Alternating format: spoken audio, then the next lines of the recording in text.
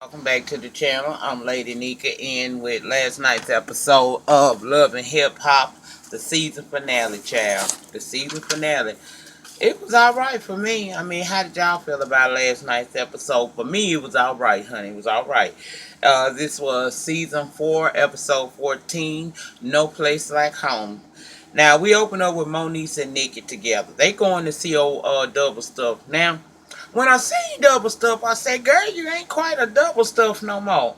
So shall we give her back her name, Tiara? Yeah, okay. And they promised that they were going to go and see her when she was in the rehab place. Remember when they did the big intervention thing? They promised her that they would come. So that's what the hell they doing. Her and Monique's going to see him. Now, child Tiara, like I said, she done lost some weight. She looking good. No longer a double stuffed child. Um, she's telling them basically, I can't have no, I realize now that there was a problem, and going forward, when I get out of here, I'm going to have to make some decisions about toxic people in my life. I ain't certain the friendships that I have now will be the friendships that I have later on. I gotta do what's best for the betterment of my life. And Moniece was like, well, whatever decision you make, I support it. And, I kind of felt like she was sincere. I felt like she was sincere.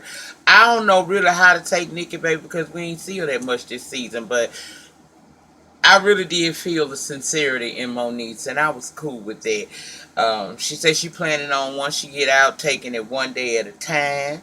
And I said, that's great. Okay, so we have that scene. Next, we go to Ray J Boog, and Fizz meeting up to talk about a possible B2K reunion. Now, Boog nor Ray J was warned that the other didn't know why they were there.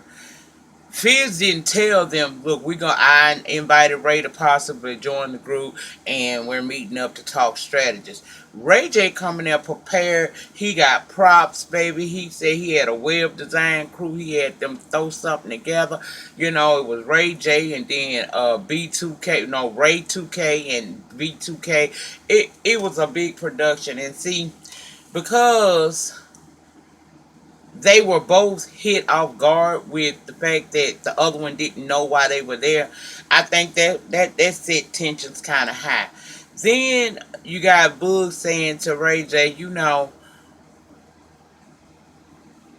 B2K has to have its original members. It's just the same. You wouldn't want to put a imitation Michael Jackson on the stage. You wouldn't want nobody wants to see that. So nobody wants to see it on imitation B2K. That's what I took from what he was saying. He was basically saying that independently, none of them had ever done anything as big as B2K, and he was right in a sense, but at the same time, as an artist, I can understand how Ray J took it. Ray J took it as he was being shaded, and his accomplishment, although not on the same level as B2K had been, it still is nothing for him to look down upon. And I took it as he felt that the young man was looking down on him. Next thing I know, now they feelings is involved. You got them about to fight. Baby, did y'all see how fast security jumped up in there to break that apart? And they never did. It wasn't nothing to break apart, because although J Boog was saying, you can catch this fade, or we can square up or whatever, you notice his ass didn't move. And when he did move, he moved to the front door. Well, the door of the studio that they had met up in. Then Ray was still mad and in his feelings, like, shit, B2K did their thing, but don't ever try to downplay what Ray J has done. 'Cause I didn't even come from a group. I'm a solo artist. If it was a group, it was the time me and it was Ray J and Brandon.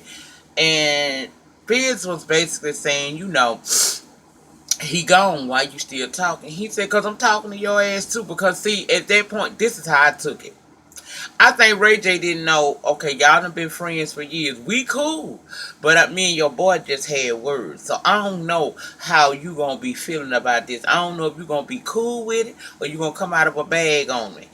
But either way, I need you to understand in this moment, I don't give a fuck. It can be whatever.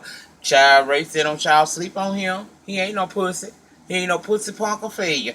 And he just, I think that had they both known what was going on and not been hit blindsidedly by excuse me y'all, by Fizz, then it wouldn't have had been the blow up that it was. Cause child, what the fuck them old motherfuckers finna fight for? Now they ain't old as I am, but them motherfuckers too old for to be talking about squaring up. But you see, Ray wasn't scared neither. I gave him props for that. All that comedic shit he do all season long went right on out that door. Soon as you challenge his damn artistry. Ray say shit, I'm an artist and I'm sensitive about my shit. Don't come for me. Now I ain't down playing B2K. I'm just saying I did some shit too. Although Ray, we all know you ain't did shit on the level of B2K because that was a big boy band back in the day. I wasn't into them because I'm a little bit too old for their asses. But my daughters was. I told y'all the story of how my daughters had used to play me and shit, be rushing me to come home so they ass could go see B2K when they in town. And they knew they were going to be using my car. How you rush somebody to come home from work just so you can go see the B2K boys? So, I said all that to say B2K was big, but I won't downplay Ray J little accomplishments either. They both are artists, and it probably would have been cute to see them back together and add Ray J to it, but I don't think that because of the egos that would ever be able to be a situation. Maybe in a couple of years they could revisit the idea, but for right now I don't see it happening. Okay. Now we got Keisha and Booby sitting down with the lawyers, finalizing their divorce, doing all their paperwork. After the lawyers explain everything, they leave the room to allow Keisha and Booby to have a moment to discuss whatever it is they need to discuss. Now he's saying he gonna always love her and honor her, and they'll always be family and friends. They both agree they care about each other and love each other. But Keisha is like, okay, at this point we need to just be working on being effective co-parents with one another for the sake of our son. Then we work on the friendship part of it. He ain't trying to hit it. He trying to hug and everything. She ain't really want no hug. She just want a peaceful separate. That's it. Just a peaceful divide. We ain't got to hug on each other. I respect you. You respect me. That's all we got to do here. So we see Safaree down to the skating rink, and he's made the decision. He is going back to New York, but before he go, Ray J had been hitting him up, so he wants to see what it is Ray J wants. So he invite him down to the skating rink. And when he get there, Ray J tells him about the meeting with Fizz and J Boog and how things went to the left. Safaree said, I told you. I told Fizz when he told me about it to just proceed on without Amarion. Don't worry about trying to replace him. Just proceed on without him. Well, Ray say, well, Fizz has been hitting me up. He wants to have a meeting again between me, him, and J Boog. But I'm telling you, if I go up in there this time and he come at me with that disrespectful shit, I'm going to tear it up. I said, oh, now, we all know in order to beat ass, you got to bring some ass. So, Ray, be careful what you speak, okay? Don't speak so soon. That's when Safaree tells him that, look, I've decided that I'm going to move back to New York. And Ray wasn't really happy about it, but he understood what this man wanted to do with his life going forward. Safaree also said that he's throwing this big I'm leaving LA type of party, and he wants Ray J to attend, and Ray J says that he will. Now, the showcase that Donatella was talking about having has now come to fruition. It's minutes before lights, camera, action. And Donatella comes back to the dressing area where you got Masika sitting back there. And she tell Masika basically, girl, you was a naughty girl, the things that you did, with Hazel. She said, but see, let me tell you what about Hazel. Hazel told me that if you were going to be a part of the showcase, then she would not be able to do so. So with her saying that, I guess she won't be a part of this tonight. She won't be arriving. Masika ain't give no damn. Bridget and Brooke. There's this beef with them because, for one, Brooke feels like Bridget took a song that Marcus wrote for her. And she's also kind of halfway pissed off at the fact that Bridget went to Catalina with Marcus, as well as the fact she told Marcus when they were at Booby's uh, little one night man show or whatever the fuck they've been having, what they call them, a single release. Yeah, how Brooke was acting all up over Booby. So they got an issue, right? Child, they get into it, and I'm like, it really don't make no damn sense because first of all, it's for if you want to break it down, in my opinion, it wasn't a finished song, so he tells her later on in the episode, but it was a song that him and her had. If he was gonna give it to Bridget, because him and Brooke was not seeing eye to eye at that time, then that's something she needs to direct toward Marcus. She shouldn't be saying anything about that shit to to Bridget. Now, Bridget, I don't feel that she should have ran back to tell Marcus anything about how things were between Brooke and Booby at the release party. Okay, the single release party. If y'all made a pact that I don't understand. That confused me this whole season. Why the hell was these women trying to be friends when clearly they're not? Y'all don't like each other. And now it's even more so because Brooke kind of halfway feels some kind of way about him going to Catalina with Bridget, even though she know in her heart she still want to be with Marcus, and that's what her mindset is. They get into an argument about who's the better person as far as music. Brooke is saying that she's still getting paid from Girl Fight. Bridget saying, I write hits and I got Grammys. Brooke say, well, look, let me tell you something. I'm finna get ready to go up here and do my song, and you can come sing background because that's what you do. Child, they get into it, and basically Brooke tried to throw some pretzels on the bitch, tell her that she was salty. Now, if they made a pact to never become physical with one another because of Marcus, wasn't they getting physical? Brooke get up there, she do her song, it's nice, you know what I'm saying, and it pissed me off because it reminds me that, girl, you got all this talent.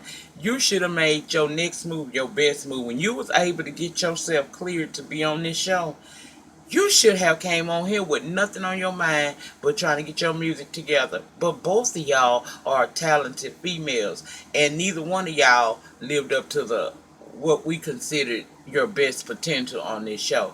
Y'all over here, instead of beefing about who gonna get this album out first, y'all over here beefing about dicks. Girl, sit down some damn well. Bridget did her song, it was nice too. Okay? I said, whatever. Mm.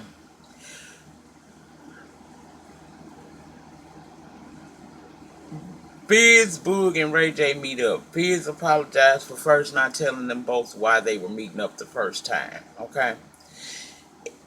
And then for a minute, when after he apologized, it looked like this meeting was gonna go left again. But no, Boog ended up apologizing, but he wouldn't let Ray J off the hook that easy. He said you threw shade too. So basically, we come to an understanding that egos got in the way in that moment.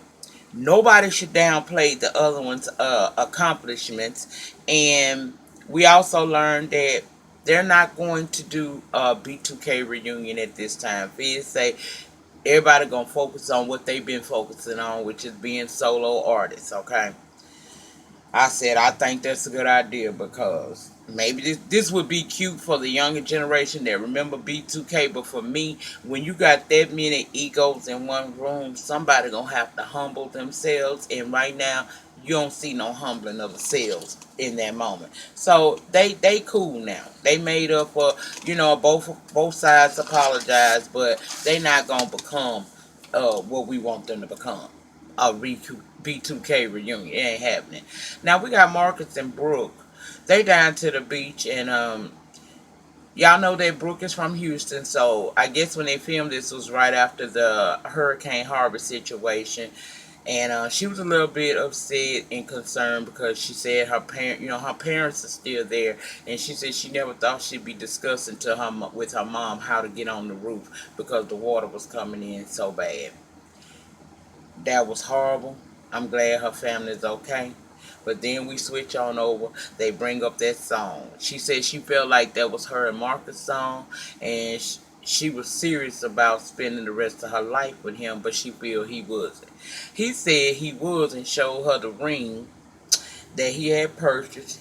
She apologized for not knowing it. He said that they went through some shit and they still got a lot of shit left to work out with them, but he can see a future with her. So they not getting engaged, but they gonna keep working on them because he can see it for her.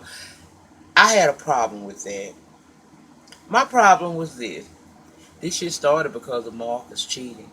Had you not been with her, married, then when you went to get a divorce, you ended up banging Jade, which was supposed to be your paralegal.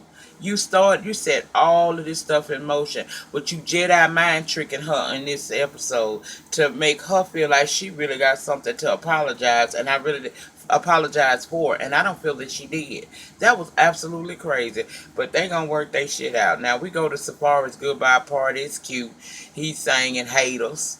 And it seems that it was pretty lit up in there. We got everybody we need to have up in there. He over there asking Nikki, can he hit it one more time? I told you he the comedic relief of this show. He will be missed, okay? Because other than Ray J, who else? Okay? We got Bridget and Zell there talking when Booby comes up and Zell gives them a minute to talk. She confronts him about inviting Brooke to Catalina first, and he said he did, but him inviting her wasn't done maliciously. She told him he needed to be more honest, and I was like, well, bitch, really? You gonna talk on honesty and you done cheated 4, 5, 6, 7, 8, 9, 10 times? Girl, please. He wasn't really paying her ass no attention. She tried to get a little hard with him, but child, he was wooing her right on back in there, telling her, oh, I like it when you talk to me like that. It's all good, baby. She gonna be still banging him, even if it's not publicly. They don't come public with their relationship. He gonna be able to hit her as many times as he want to, cause you see what her worth is. Now, Safaree, like I said, he was asking Plastique, can he hit it one more time? She looked good, child. She looked really nice in this episode. Later on, you got Plastique, Monique, Spears, and Safaree.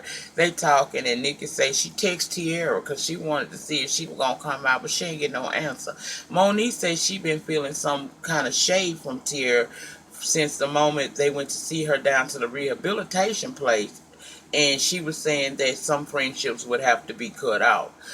Um, Once she leave the rehab. So we don't know if Tierra cool with her or not. Or either none of them really. But they were discussing it and AD comes up because she won't talk to Monique. So they go off to have a little conversation and basically she want Monique's back. Although Monique feels she wants to be back with AD as well, she asks her, just take it slow. Let me think about this because I know I want to be with you, but I want to make sure so that we don't have any problems going forward. They gonna get back together. Child, you got Hazel B coming up, sit by Ray J at the party. He looked like he was aggravated by her. He had to tell a grown ass woman that shouldn't have to be told, girl, people gonna talk about you.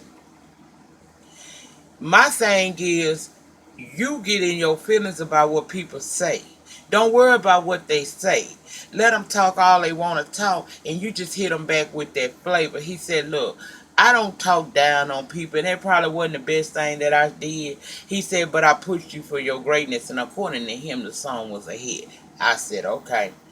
That's all it took for her to be all right. They wind up hugging it up, and she seemed cool. I was like, girl, you so hurting as a person. You don't need to be on reality TV. Hazel need to go somewhere by her goddamn self and have a moment to get herself together. Because no matter what you do, whether you have a public platform or you in the private sector of society, people are always going to find a problem with you in some kind of way. Rise above it. That's what I do. Bitch, I don't care what nobody say about my black ass. I'm going to tell you what I'm going to be worried about. I'm going to be worried about making that bank account increase. I don't care what you think about me. Yes, words do hurt, but I can get over everything that was said about me when I'm counting my damn coins sitting up down at that bank. Okay?